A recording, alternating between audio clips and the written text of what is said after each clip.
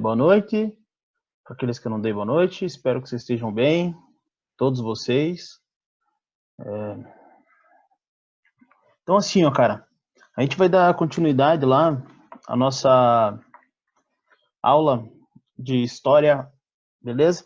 E daí hoje a gente vai falar sobre Roma, início da sociedade romana, tá? A gente não vai falar do Império Romano ainda, porque isso é conteúdo da terceira apostila, beleza? Então a gente vai falar sobre Roma, a formação da sociedade romana, e também iremos falar sobre história B, Revolução Industrial, beleza? A primeira parte ali de Revolução Industrial a gente também vai comentar hoje, tranquilo? Qualquer dúvida que vocês tiverem, me pergunte, pare aí, se você perceber que eu não estou olhando ali o chat, você liga o teu microfone e me pergunta, beleza? Então assim, ó, a gente vai começar falando sobre sociedade romana, tá? Deixa eu limpar os olhos aqui, porque senão fica difícil. Cara, apostila 2, aula 4 de História A, tá? Apostila 2, aula 4 de História A, beleza? Mas antes, cara, antes da gente começar, tem uma pergunta que eu queria fazer junto com vocês, de História A, na página 7. Página 7, o exercício 3.12, tá? Se vocês puderem acompanhar comigo aí, página 7, exercício 3.12, da história A. A de amor, B de baixinho. Então, assim, ó, na 3.12, página 7 de história A, aula 3. Vou ler lá. Sobre a Grécia Antiga, observe as afirmações a seguir e assinale as corretas.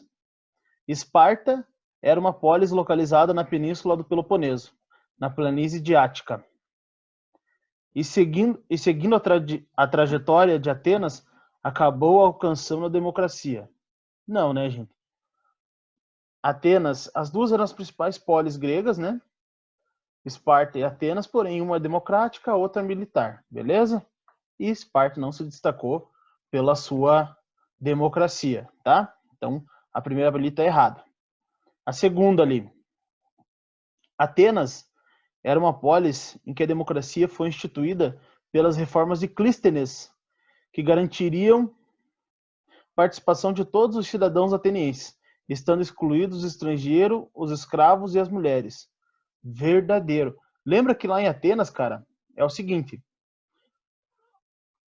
a democracia é para os cidadãos, mas em Atenas nem todo mundo é cidadão, beleza? Ali no caso, estrangeiros, escravos e mulheres não faziam parte da sociedade ateniense.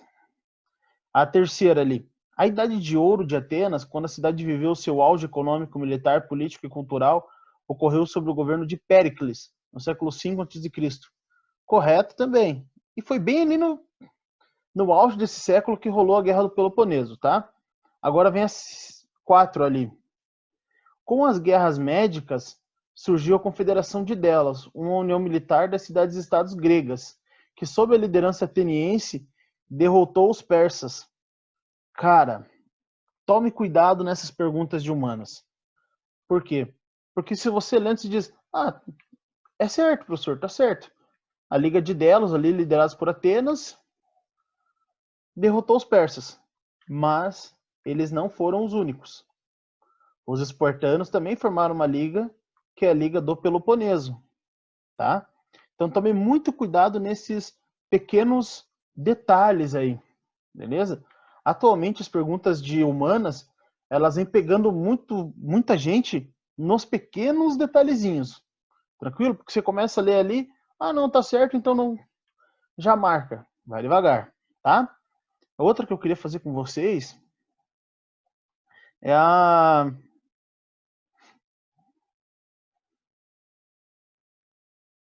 3.14, só para a gente começar falando sobre Roma. 3.14 da página 7, tá? Vivemos sob uma forma de governo que não se baseia nas instituições de nossos vizinhos. Ao contrário, servimos de modelo a alguns ao invés de imitar outros. Seu nome é democracia, pois a administração serve aos interesses da maioria e não de uma minoria. O trecho acima faz parte do discurso feito por Péricles em homenagem aos atenienses, mortos na Guerra do Peloponeso. Cara, falar em Péricles, vocês acreditam? Quando eu era mais novo, assim, na loucura, eu... Assim, sabe aquelas coisas de nada a ver, assim? Fui num show do Exalta Samba, do tempo do Tiaguinho ainda. Meu Deus do céu, cara. Faz tempo, gente. Faz tempo. Jesus amado. Vocês imaginem minha cara num show de pagode do Exalta Samba. Então vamos lá. O trecho acima faz parte do discurso feito por Péricles em homenagem aos atenienses mortos na Guerra do Peloponeso. Por esse discurso, é correto afirmar que a Guerra do Peloponeso foi injusta e trouxe muitas mortes, tanto para os atenienses como os espartanos, que lutaram em lados opostos pela hegemonia de Grécia. Cara, vai devagar nessa A, tá? A Guerra do Peloponeso foi injusta e trouxe muitas mortes, tanto para os atenienses quanto para os espartanos, que lutavam em lados opostos pela hegemonia grega. B. Péricles se orgulhava da cidade de Atenas por ela ser uma cidade democrática, que não limitava o sistema político de outras cidades-estado, mas era limitada por elas. É o seguinte aqui, cara. A A, ela não tá errada. Ela tá certa. Mas só que tem um detalhe muito importante. A pergunta ali tá falando sobre o discurso de quem? De Péricles, correto? Se a pergunta tá falando sobre o discurso de Péricles, então a resposta mais correta é a B. Porque aí você chega e entra na lógica, entende? Porque daí você fica você vai na lógica. Ah, não tá errado, tá certo. Porém, a questão ali não tá falando sobre a Guerra do Peloponeso. Tá falando sobre a hegemonia o quê? Democrática de Atenas. Beleza? Então tomem esses cuidados assim na hora que vocês forem responder perguntas de humanas. Elas tendem a ser um pouquinho capciosas assim. Tranquilo? Tranquilo até aqui? A gente pode começar a falar sobre Roma agora? Então tá bom, vamos lá.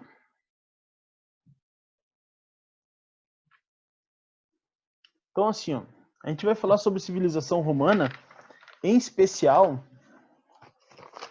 monarquia e república. Tranquilo?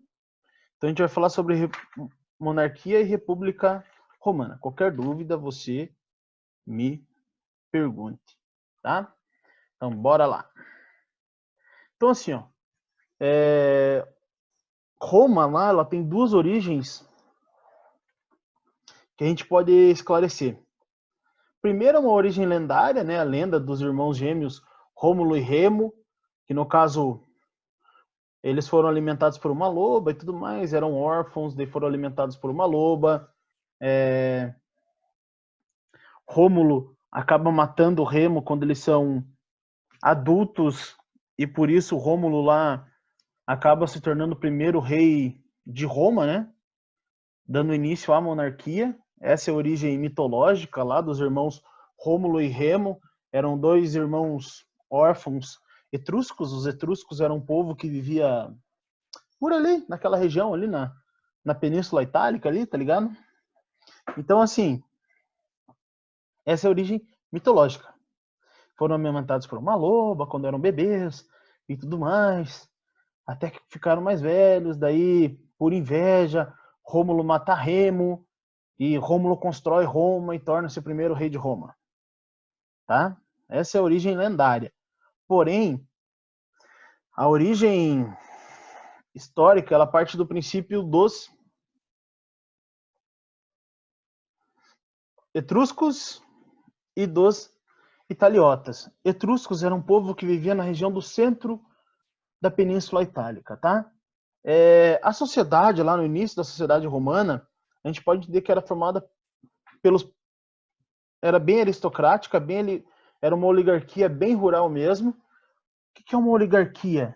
É um pequeno grupo rural que detém o poder sobre a maioria, beleza? Isso é uma oligarquia. Oligarquia, pequeno grupo rural que detém o poder sobre a maioria, tá? E a gente, quando vai falar de Roma, a gente divide ela em 3 períodos distintos, beleza? Monarquia, república e império. Então, assim, ó, os 3 períodos principais romanos é monarquia, república e império. Qual durou menos, professor? O que durou menos, assim, foi lá a monarquia, tá? E a gente vai falar por que essa monarquia ela durou menos se comparada a outras sociedades, beleza? Então, assim, ó, por que essa monarquia ela durou menos? Primeiro porque os reis, eles tinham poder limitado, velho. Os reis, eles tinham poder limitado. Como assim limitado? Eles eram reis, mas quem governava não eram eles. Na real, quem governava eram o Senado, formado pelos patrícios. Beleza? Então, assim, a monarquia em Roma, ela durou pouco tempo, por quê? Porque os reis etruscos, eles não tinham poder ilimitado. É o poder limitado. Tranquilo, gente, até aqui? Além de ter esse poder limitado, quem governava mesmo eram os anciãos, que no caso eram os patrícios. Beleza? Tranquilo? Até aí? Sociedade bem hierárquica, dividida, bem rural mesmo.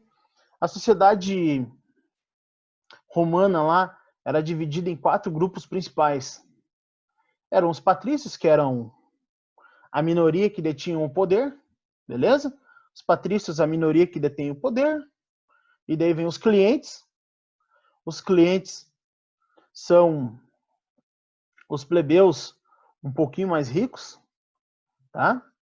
Daí nós temos os plebeus, que são as maiorias das pessoas, beleza? Então a gente tem lá patrícios, plebeus e escravos, por assim dizer. É o seguinte, cara, nos vestibulares por aí, dificilmente cai sobre monarquia romana, tá? Dificilmente cai. O que cai mais? Sobre a formação da sociedade romana. Esse início de Roma cai basicamente sobre sociedade romana, divisão social, no caso, patrícios, plebeus e escravos. Isso você tem que saber. Quem eram os patrícios? Era a minoria que detinha o poder econômico e político, né? E os plebeus eram a maioria, homens livres, mas sem direitos políticos. E nós tínhamos também em Roma uma grande parcela da população que era escravo. O escravo em Roma ele era por dívida ou prisioneiro de guerra, assim como qualquer outra civilização da antiguidade, tá? Assim como qualquer outra civilização da antiguidade, em Roma também. Os escravos eram por dívidas ou prisioneiros de guerra, beleza? Então, assim, essa parte que a gente está comentando sobre patrícios, plebeus e escravos, essa parada você tem que ter a noção que cai com uma certa frequência. Tranquilo, gente? Então, beleza. Aqui está um mapinha da Itália, só para vocês terem uma base, assim, uma noção de onde era a região. Roma também, tá? Bem no centro ali da Península Itálica, da Bota. O que acontece? A monarquia romana ela durou pouco tempo. O que você deve lembrar da monarquia romana? Bom, os reis tinham poder limitado, velho. Quem mandava mesmo eram os anciãos, que eram os patrícios, a minoria que detinha o poder. E era uma sociedade bem hierárquica, aristocrática, rural, beleza? E esses patrícios, esses anciãos, perceberam que quem mandava mesmo na sociedade eram eles. Então eles foram lá, depuseram um rei e instauraram em Roma uma república. Roma passa a ser uma república a partir do momento que os patrícios percebem que eles detêm o poder. Não precisa ter mais rei para governar, porque eles já detêm o poder, tá? E Roma passa a ser uma república, ela cria cargos administrativos, bem burocráticos mesmo, tá? E também nós temos lá 5 cargos políticos que eram eleitos por períodos. Nós tínhamos os cônsules, a cada 2 anos trocava-se os cônsules, tá? Quem eram os cônsules? Aqueles que cuidavam da parte administrativa de Roma mesmo, beleza? Nós tínhamos também o pretor, o censor, o edil, o questor e o senador. Detalhe muito importante, gente. Quem participava das eleições da República? Somente os patrícios no início, tá? Outra característica importante que cai com frequência em vestibulares é sobre a República Romana e principalmente sobre a participação da população. No início, a população ela não participa com frequência da sociedade romana, tá? Os plebeus eram mais os patrícios. Tranquilo, gente? Até aqui? Tudo na paz? Tudo certo? Então tá bom. Então assim, uma coisa importante. Esses slides, se vocês quiserem, eu posso disponibilizar eles também. Engraçado, né, gente? Pô,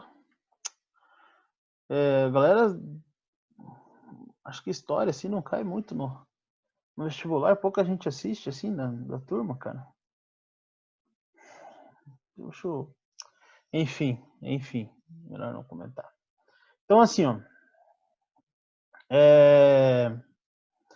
e dentre esses cargos importantes havia o seguinte esquema, cara. Lembra bem do que eu vou falar agora, porque mais para frente vai ser utilizado. Em Roma havia um asterisco lá muito importante. Se caso a República entrasse numa crise econômica gigantesca, esse cargo dos cônsules eles saíam e Roma dava lugar a um ditador. Então assim, havia um parêntese aqui nessa república pelo seguinte: qualquer momento, se estourar uma crise política e econômica e os cônsules não conseguirem resolver, o Senado aprova e entra no lugar deles um ditador. E acontece isso em Roma. Mais para frente a gente vai ver que um cara lá, que muita gente acha que ele foi o primeiro imperador de Roma, mas na verdade ele foi um ditador romano. Beleza? Que é o Júlio César. Tá? Mas isso mais para frente a gente vai ver lá. Tranquilo? Então assim, ó, agora vem a parte que realmente costuma cair com frequência em Enems e vestibulares afins, tá?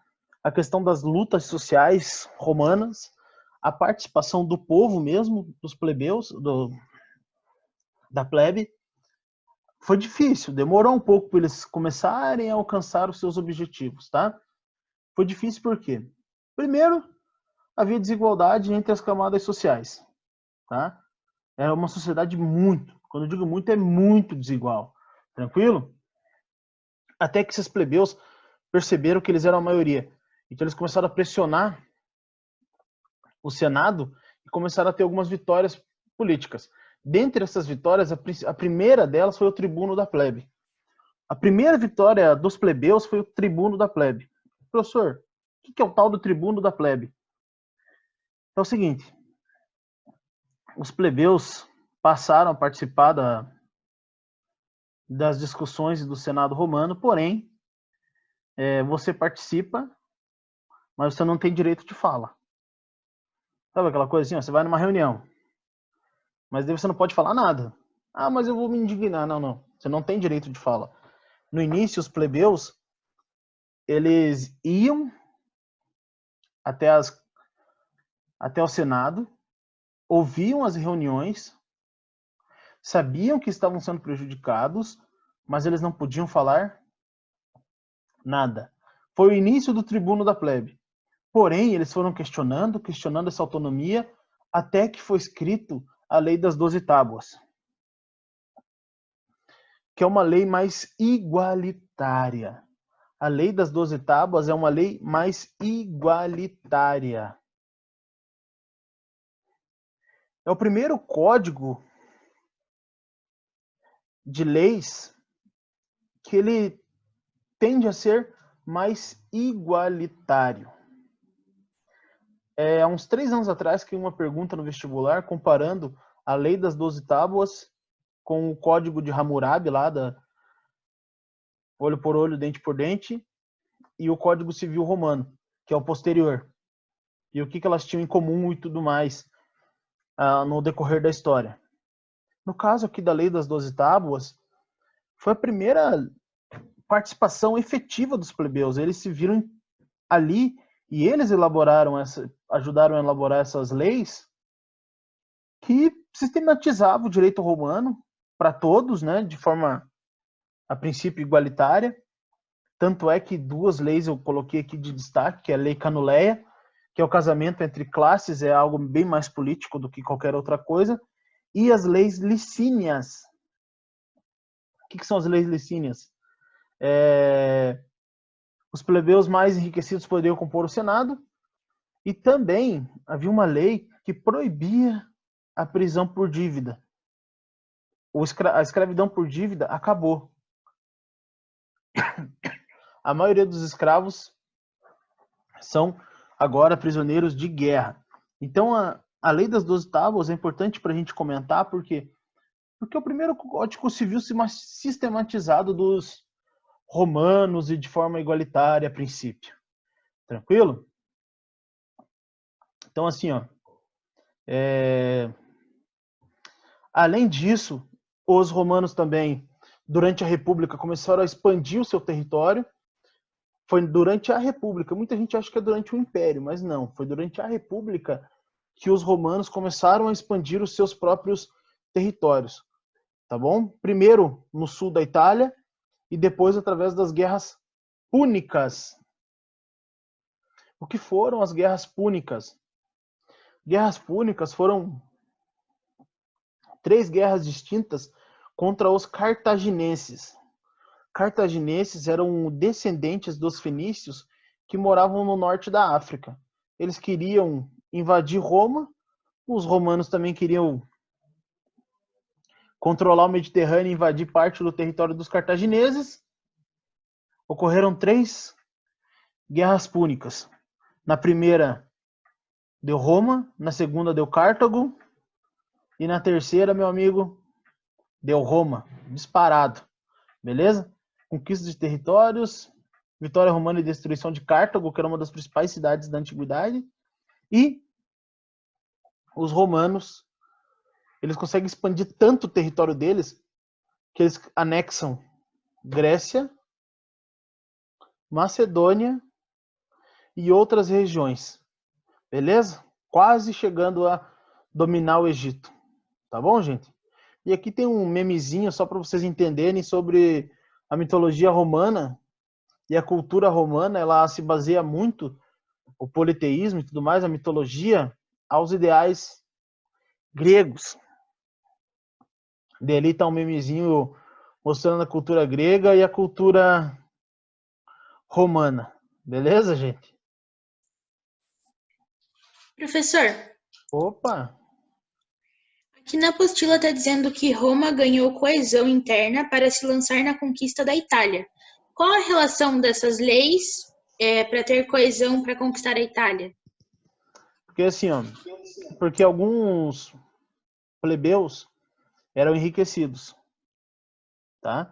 Então eles também tinham controle sobre algumas regiões ali de penínsulas italianas.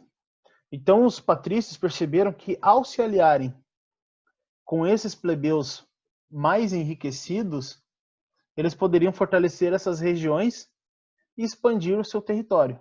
Beleza?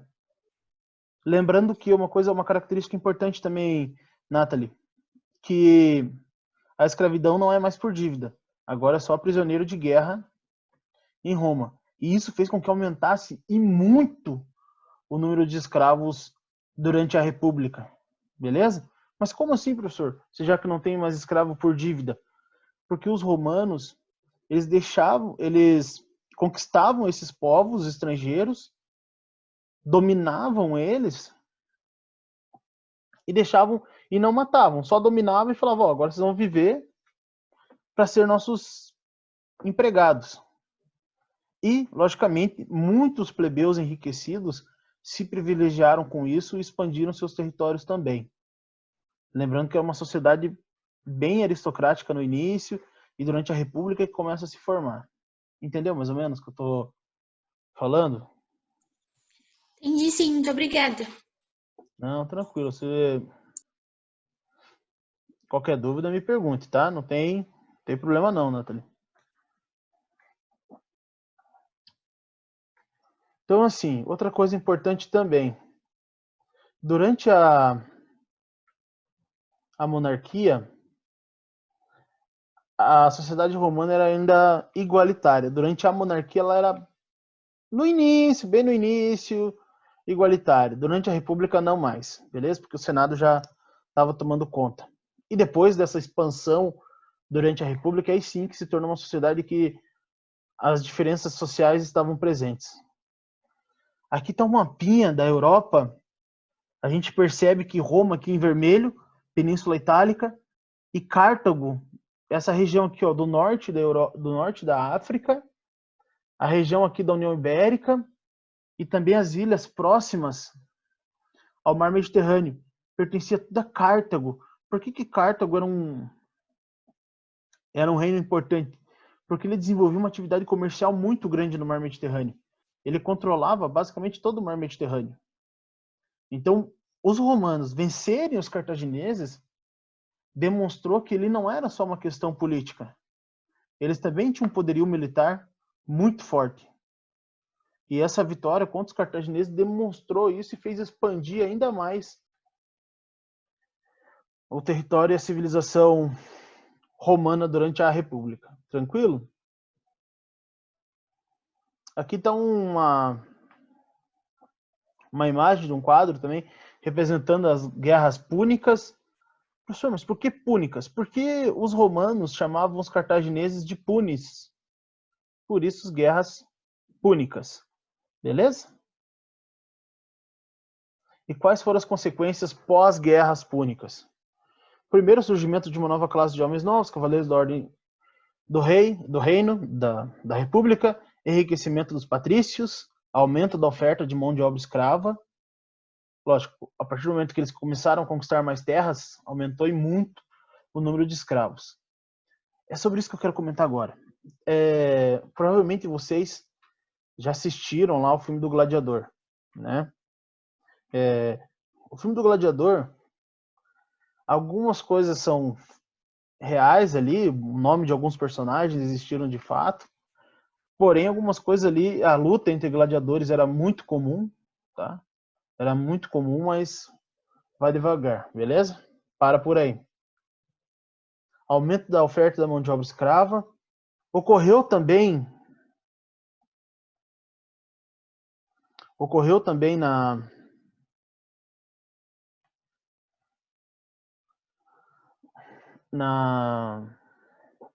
em Roma o êxodo rural, gerando a proletarização da plebe, cada vez mais pobre em virtude da concentração de renda.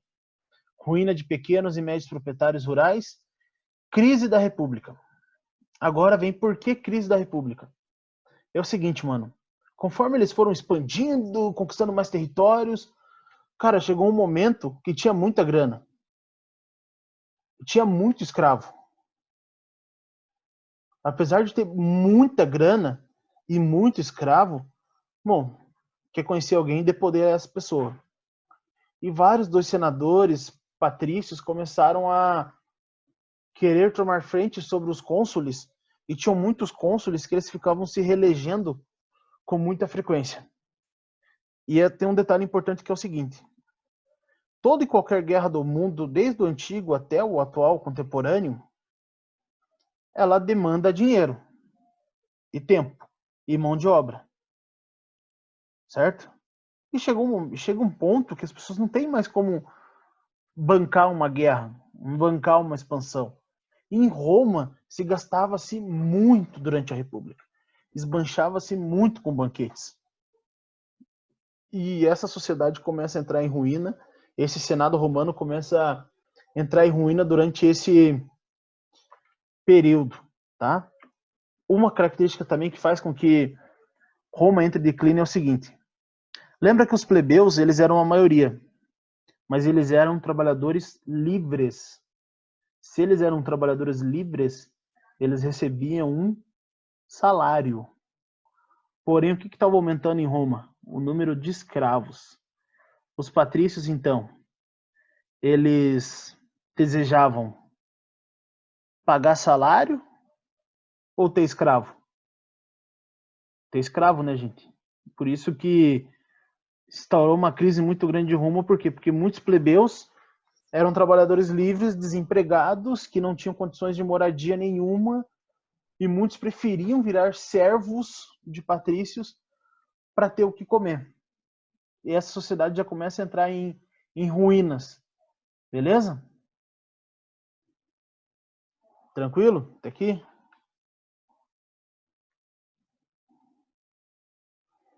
Outra curiosidade para vocês sobre Roma é a revolta de Espartaco.